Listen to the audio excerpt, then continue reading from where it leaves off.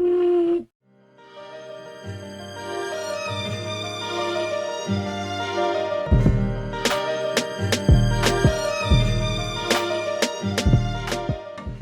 what's up everybody? We're going to go over another video today, and this is going to be the ultimate Machamp guide. I've been using Machamp for so long, just a solid Pokemon, super good at Unite.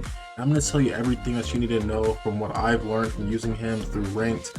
He's super solid. Honestly think he's one of the top tier characters in the game. That's just my opinion. But we're going to go into exactly what you need to be doing to make sure you're playing Machamp right and winning these games. Alright, so Machamp is really good as an all-arounder. He can pretty much play any role. I think he's really dominant though, playing bottom lane and jungle.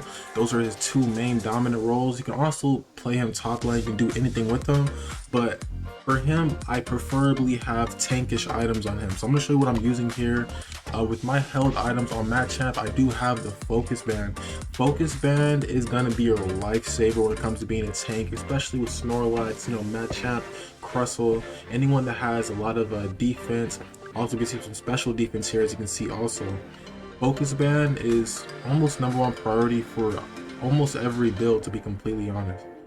I also have Score Shield here. Score Shield is really good for Machamp if you want to play aggressive. I like playing aggressive, so going up to their goals, scoring those easy, 6-5 points early game, it really throws them off a little bit. It makes the other team a little unsure if they're going to be able to, win the game or push up. So it's definitely good for applying a lot of constant pressure.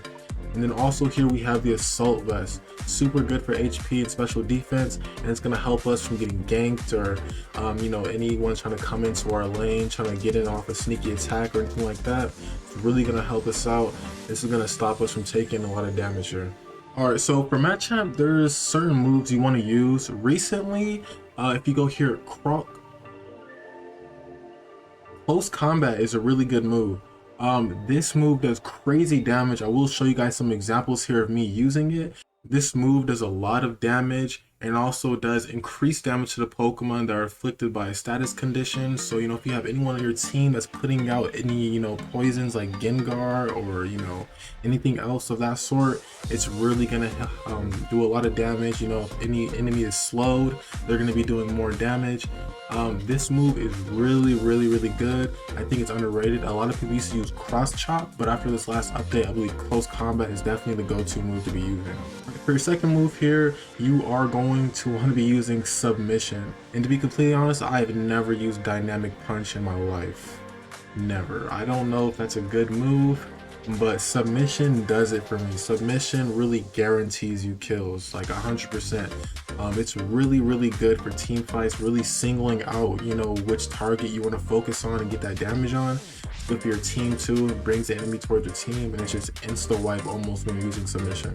And then we have the ultimate here. Machamp's ultimate is #1. I believe that Machamp's ultimate is almost #1 of the game. It's really good for stilling, really good for team fights.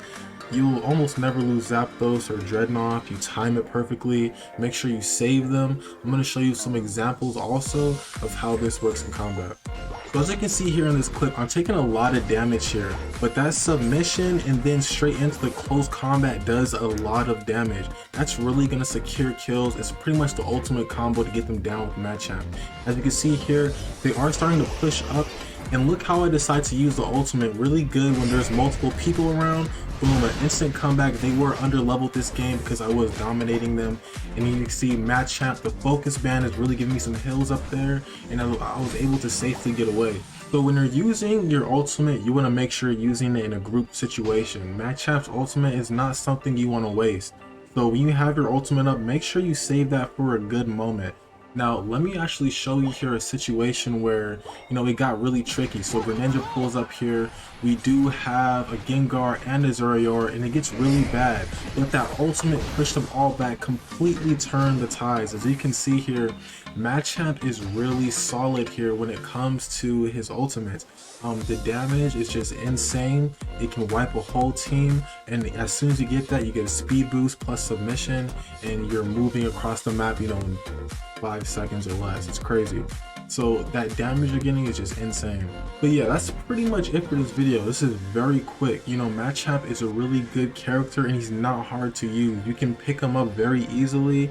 and it's just a matter of how much time you put into them. So that's pretty much it for this video. If you guys like this, go ahead, hit that like button, hit up the comment section, tell me what you guys want to see, what's your favorite Pokemon, hit the subscribe button, turn on post notifications, and I'll catch you guys later.